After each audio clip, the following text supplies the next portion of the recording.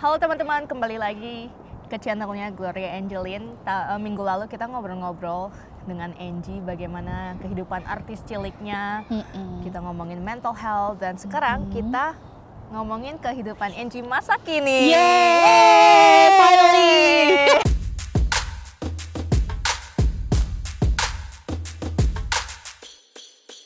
Angie dulu pertama kali setelah melepas karir artis cilik, lu pindah ke Amerika itu kenapa? Gara-gara 98. Soalnya gue kan Chinese Indonesian.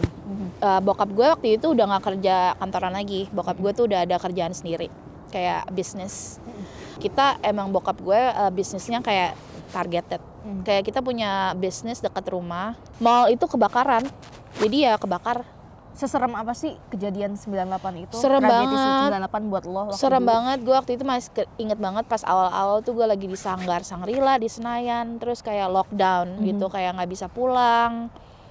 Mau telepon nyokap gue juga, nyokap gue masih di kantor. Terus nyokap gue juga gak dibolehin keluar. Jadi panik segala macem. Dan gue tuh harus pretend to be not Chinese. Kayak pakai jilbab lah. Gue kayak pas bener-bener 98 itu pas di taksi gue tuh dipakein jilbab sama nyokap gue. Biar dikirainnya orang muslim, biar dikirainnya gak orang Cina, jadi gue gak ditargetin gitu loh. Jadi Bokap apply for asylum ya? Iya, jadi bokap nyokap gue tuh gak langsung, kita pindah tuh gak 98 langsung juga kan harus nyicil proses pindahan, saving uangnya juga. Terus bokap gue duluan. Kayaknya tahun 2001 deh. Bokap gue tuh kayak ke Amerika kayak vacation doang. Terus visit different state. Dia milih tuh mau state apa yang bawa keluarga dia ke Amerika. Bokap gue kayaknya pernah ke Arizona juga. Terus tapi jadinya kita pas pindah ke sini tuh sekeluarga di Philadelphia. Ya. Ada trauma yang kebawa nggak dulu dari kasus rasisme ya? Gue bilang rasisme ya, karena yang ditargetkan kan Christian dan Chinese. Banget, gue tuh emang peduli banget sama yang namanya kayak social justice. Karena experience gue, pas gue di sini juga gue makanya involve banget kayak advokat buat Black Lives Matter, for Black people, for people of color. Soalnya gue ngerti itu kayak experience kita sebagai imigran itu sangat beda sama orang-orang yang udah Asia tapi udah lahir di sini. Ya. Itu impactnya tuh gue nggak bisa aja tuh dengerin orang kalau ada orang rasis tuh gue nggak bisa di sini. Gue pasti mau kayak nggak berantemin, cuman kayak pengen ngomong gitu, kayak benerin mereka gitu. Lu kan punya karir di sini ya. Kesempatan buat people of color sama kesempatan buat orang yang lahir besar di sini. Either dia people of color atau orang kulit putih sama gak sih? Beda sama banget. Buat lo imigran. Beda banget. Lo kayak di sini kayaknya kalau lo imigran, people of color, lo harus kerja 10 kali lebih keras. You have to prove yourself more than anyone else. Lu waktu kecil kerja keras, waktu besar juga kerja keras banget. Dan itu kayaknya gue survive because of my experience in childhood. Gue udah tahu kerja keras tuh kayak apa. Jadi di sini tuh emang harus kerja keras. Dan gue, it's not even an option. That's all I know. I have to work so hard to get what I want. Angie, gimana nih ceritanya dari artis cilik terus jadi makeup artist? Jadi aku lulus sekolah kuliah itu tahun 2009. Yang benar. I'm thinking about it. Yes. And then aku dapat internship di suatu perusahaan namanya Nordstrom. Oh, itu udah kuliah di sini berarti kuliah di Amerika kalau internship di Nordstrom. Nordstrom apa buat teman-teman yang nggak tahu? Nordstrom itu kayak di Indonesia tuh kayak apa sih? Sogo ya? Kayak Matahari gitu kali ya? Kayak department store. Jadi headquarternya di Seattle. Aku emang pengen banget kerja di fashion industry abis dari kuliah. Terus internship. Terus aku kerjaan pertama aku itu jadi salesperson, jual sepatu. Kayak setahun 2 tahun, terus dipromosi jadi assistant manager, setahun 2 tahun lagi.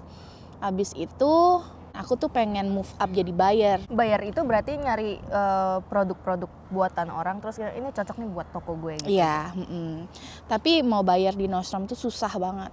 Harus kerja di kantornya mereka tuh lama banget. Jadi aku decide keluar, jadi cari kerjaan lain yang beda karirnya, jadi personal banker di bank. Tuh aku benar-benar nggak suka sama sekali. I thought kayak kerja di bank di Indonesia kan kayak gimana gitu ya. Beda banget di sini. Kerja di bank itu ya salesperson lagi juga. Dan salesnya itu ngejualin paket-paket bank. Kan susah. Harus buka checking, saving, ngomongin orang, duit orang sama orang kan kayak it's not a fun topic ya. Setahun aku kerja kayaknya nangis terus deh tiap hari. Kayak aduh nggak suka banget, tapi di dalam diri aku juga aku nggak mau give up too soon gitu. Aku harus coba lagi, mungkin ini emang kerjaan baru aja yang aku nggak sesuai.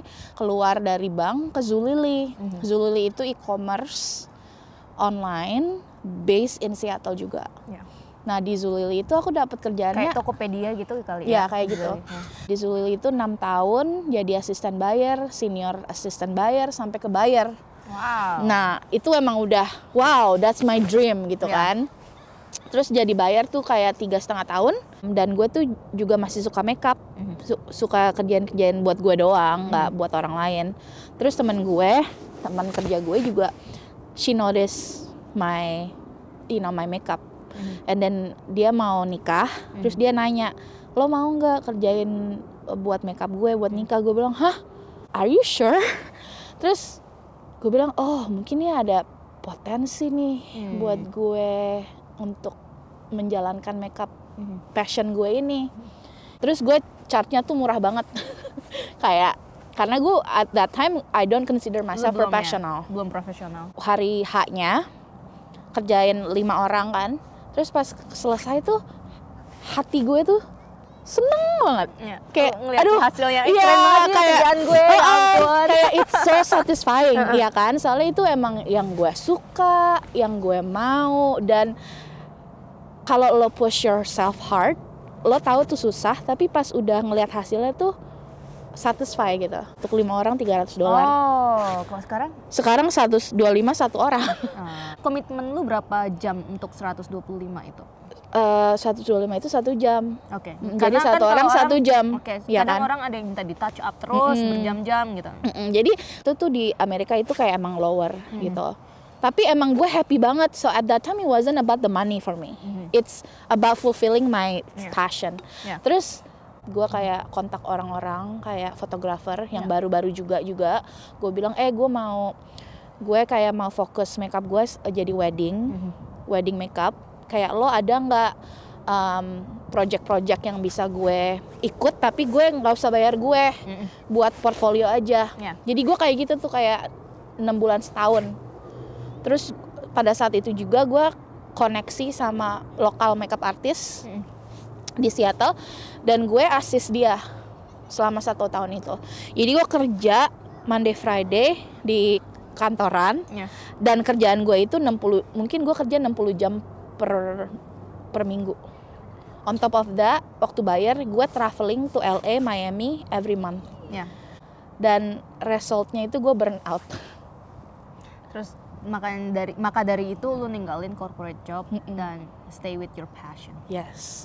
At that time, are you happy? In corporate, I am much happier now. You're happier. Yes. In corporate, I make a lot of money, and it's safe for me. Tapi udah nggak challenging lagi. Uang makeup itu nggak sebanyak uang corporate kantoran gue. Tapi emang gue lebih happy, dan passion gue lebih terisi gitu gara-gara gue kerjain yang apa gue suka saat ini. Lu ke makeup artist ini, lu harus sekolah dulu nggak? Di Washington State, itu nggak require untuk punya license makeup artist, karena emang nggak ada sekolah-sekolah yang license buat makeup artist. Jadi emang nggak perlu. That's one thing. Tapi lo emang harus business license. Jadi emang lo harus legit. Ya, nggak harus LLC juga sih, sole proprietor boleh juga. Tapi aku sebenarnya nggak LLC. nggak susah sama sekali. Cuma daftarin diri lo aja. Daftarin diri aja. Kalau yang masih kecil gitu penghasilannya juga sebenarnya sih nggak terlalu penting ya. Cuman kayak udah certain amount you make money, you have to register as a business. Soalnya lo harus bayar pajak. Ya. Terus tapi lu SMS gue, lu bilang lu ambil kelas esthetician. Nah, itu esthetician gue itu the reason why I wanna take esthetician school because as a makeup artist, gue kan kerja sama orang-orang yang kulitnya beda-beda, actingnya beda-beda, skin conditionnya beda-beda, ya kan? Dan itu makeup itu nyadar banget gue kalau kulitnya nggak sehat, makeupnya juga nggak bagus, gitu. Jadi kalau apalagi kan kalau nikah, makeupnya kan harus tahan lama, harus seharian dari pagi sampai malam ya kan. Kalau skin kondisinya itu nggak bagus, let's say kering, itu makeupnya tuh bakal ngelepek. Aduh. Eventually. Jadi ngapain gue kerjain bagus-bagus, tapi kalau skin lo nggak bagus, nggak bakal tahan lama juga. Yang kerja nggak bener. Iya, makanya gue mau sekolah esthetician itu emang sekolah untuk khusus belajar skin condition. Lu dibayar nggak tuh kalau ngasih konsultasi kayak gitu? Atau lu konsultasi for free jangan-jangan? Sekarang karena gue masih sekolah, it's for free, ya kan? Jadi kan kayak just like any other job, it takes experience, right? So sekarang masih belajar ya gue, I'm happily share information. Jadi sama temen juga gue happily share. I'm not gonna charge you. Tapi kalau orang datang sama gue, emang berarti ya jadi temen lo ya? Iya emang. Makanya temenan sama gue, dapat facial gratis gitu. Tapi nanti pas gue udah dapet license, ya gue harus start charging dong. Soalnya kan at the end of the day, ini benar-benar pekerjaan gue satu-satunya, ya kan? Itu kebiasaan orang Indonesia nih. Kan harga teman lo. Digratisin lo kan lu teman gue. Padahal biasanya nggak temenan, di SMS juga nggak pernah tiba-tiba minta gratis. Nah itu dia yang di Amerika kayaknya orang itu namanya boundaries ya. Kita mesti sebenarnya kalau temen itu harusnya support. Kayak kalau emang lo care ya bayar yang temen lo charge itu, karena jangan ngambil keuntungan dari jangan ngambil keuntungan, karena kayak aku itu pekerjaan aku sekarang ya itu doang. Lu makan dari situ. Gue makan dari situ. Jadi kalau lo mau diskonin gue mau makan apa ntar jadinya gitu. Ya, kalau lu nggak bayar ntar lu makan apa gitu. Jangan mentang-mentang temen, lu juga temen kan. Seharusnya lu mikir dong, gue makan apa. Exactly. Ini berhubung nih udah ngomongin soal kulit nih, kita jump ke yang lebih teknikal. Dulu waktu gue di Indonesia, kalau gue beli pensil alis selalu nyarinya yang light brown. Pertama kali ke Amerika gue cari yang light brown, shock gue. Kok brunette banget, blondie banget gitu ya. Pilihan makeup di Amerika tuh memang lebih banyak ya dari Indonesia. Lebih banyak banget. Indonesia itu sebenarnya ada banget ruang untuk branch out, untuk memperluas pilihan orang-orang based on their color of their skin. Karena kalau kulit kita aja udah beda ya. Gue agak kuning, lu agak ke gue kayak pink sekarang gitu. Pink soalnya dingin. gue nangis dari tadi nih dingin, bukan cerita lu dingin. Gue sebenarnya kayak kuning gitu, ya kan? Terus kalau di Indonesia apa whitening, light. Bener, kayak dulu foundation gue selalu lebih putih dari muka gue. Kan? Sekarang gue lebih banyak pilihan. Tapi jangan lupa loh, di Indonesia ada orang Papua, ada orang Maluku, ada Chinese Indonesian. Jadi emang harusnya lebih luas. Iya, ada yang harusnya agak keitaman, ada yang brown gitu, ada yang kekuningan. Di sini pilihannya memang lebih banyak. Dan sekarang aku tahu sih, aku juga masih suka follow brand-brand Indonesia makeup gitu kan. Emang banyak banget yang mencoba. Tapi ya masih nggak seputih atau sehitam yang orang-orang juga di Indonesia kan. Mereka harus beli produk dari luar negeri gitu. Kenapa Indonesia juga nggak bisa bikin? Padahal orang-orang kulitnya begitu ya. Dan padahal banyak banget orang business minded and entrepreneur yang bagus-bagus di Indonesia. Kalau gue lihat dari brand sini yang terkenal itu, yang banyak banget dapat supportnya, itu brand yang very inclusive to color. Ya, kalau di Indonesia ada nggak brand yang inklusif? Sejauh ini? Nggak se-inklusif itu. Nggak se-inklusif. Kalau lo lihat hitam kayak dark shade, it's not dark. You know, it's maybe sawo matang. Iya, orang Indonesia suka yang putih-putih. Iya, kenapa ya? Mungkin. Gue nggak laku. I don't like colorism. Iya, makanya kalau di sini orang malahnya ten. Ya kan? Terus kalau untuk orang kulit kayak orang Indonesia gitu, kayak kita agak kekuningan gitu, warna-warna apa sih yang cocok? Warna-warna kalau orang Southeast Asia itu sawo matang sebenarnya, kayak olive undertone. Jadi emang kalau pilih olive tuh kayak t-shirt lu berarti? Iya, kayak nggak hijau banget juga sih, cuman kayak there is like a olive complexion kayak sawo matang. Itu kayaknya kompleksi orang Indonesia nggak, sebenarnya banyaknya itu, tapi mereka harus kompremasi pakai foundation yang lighter, terus pakai bronzer. That's the only way you could get to that level, you know. Ya, jadi kalau ngelihat seharusnya sih cocokin kulit kamu. Bukannya lebih lighter atau lebih gelap gitu. Kalau eyeshadow pilihan warnanya kira-kira tergantung apa aja? Mata ya. Kalau mata brown itu bule, sebenarnya kalau lo lihat color wheel art, brown itu komplementernya blue. Tapi ya nggak harus juga pakai blue eyeshadow. Karena gue coklat, pakainya coklat. Iya, gue juga sukanya gitu. And I am too more like peach gitu. Tapi so it's makeup for me is more individual. Sebenarnya makeup itu ada cara-caranya di buku gimana kerjainnya. Tapi at the end of the day it's all about self expression. There's no right or wrong. You just do it that makes you comfortable. Untuk orang-orang yang punya kulit sensitif, gue kayaknya tahun lalu tuh alis tuh gatel terus karena mungkin sesuatu, dan lu suggest gue brand-brand yang lebih ramah gitu ya. Dan gue juga orang-orang kan nggak, eyebrow it's part of your face, ya kan? Gue juga ada eczema di eyebrow gue, jadi kadang-kadang ngelopek gitu kan. Dan kalau lo wash your face, you pretty much wash here. You don't really when you exfoliate kayak scrub, you scrub on your face, but you don't scrub here. So it's really important to take care of your eyebrow skin too, because at the end of the day it's part of your face. Gue pertama kali kesini, gue pakai eyeliner, just random beli di grocery store, dan rasanya tuh burning banget buat kulit Asia gitu ya. Terus gue sekarang cuma pakai Clinique atau Bare Minerals, tapi sekarang lebih ke Clinique. Lu ada suggestion lain nggak buat orang-orang kulit sensitif? Ya, kalau yang sensitif itu kebanyakan harus pakainya juga yang for sensitive skin. So hypoallergenic, kalau nggak dia bilang sensitive eye, sensitive skin. Itu emang bener bukan gimmick doang, bukan karena oh ya ini buat jualan, tapi emang bener ada produk yang spesifik buat sensitive skin. Apa aja? Kayak brand Ilia. Ilia itu sebenarnya base Kanada brand, cuman mereka jual di sini juga. Maskaranya itu bener-bener eye doctor, dokter mata involve bikin formula yang nggak bisa pedih di mata. Di pelajaran estetik gue, emang etnik yang paling sensitif skinnya itu etnik Asia. Gue nggak pernah denger tuh sebelumnya. Ya, etnik Asia. Consultation with Angie. Etnik Asia itu emang kulitnya paling tersensitif. Berarti waktu produk-produk di Indonesia mereka sudah aware dong ya dengan kesensitifannya. Harusnya, tapi aku nggak tahu juga sih regulasi di Indonesia gimana kan. Kalau ini tahu nggak nih?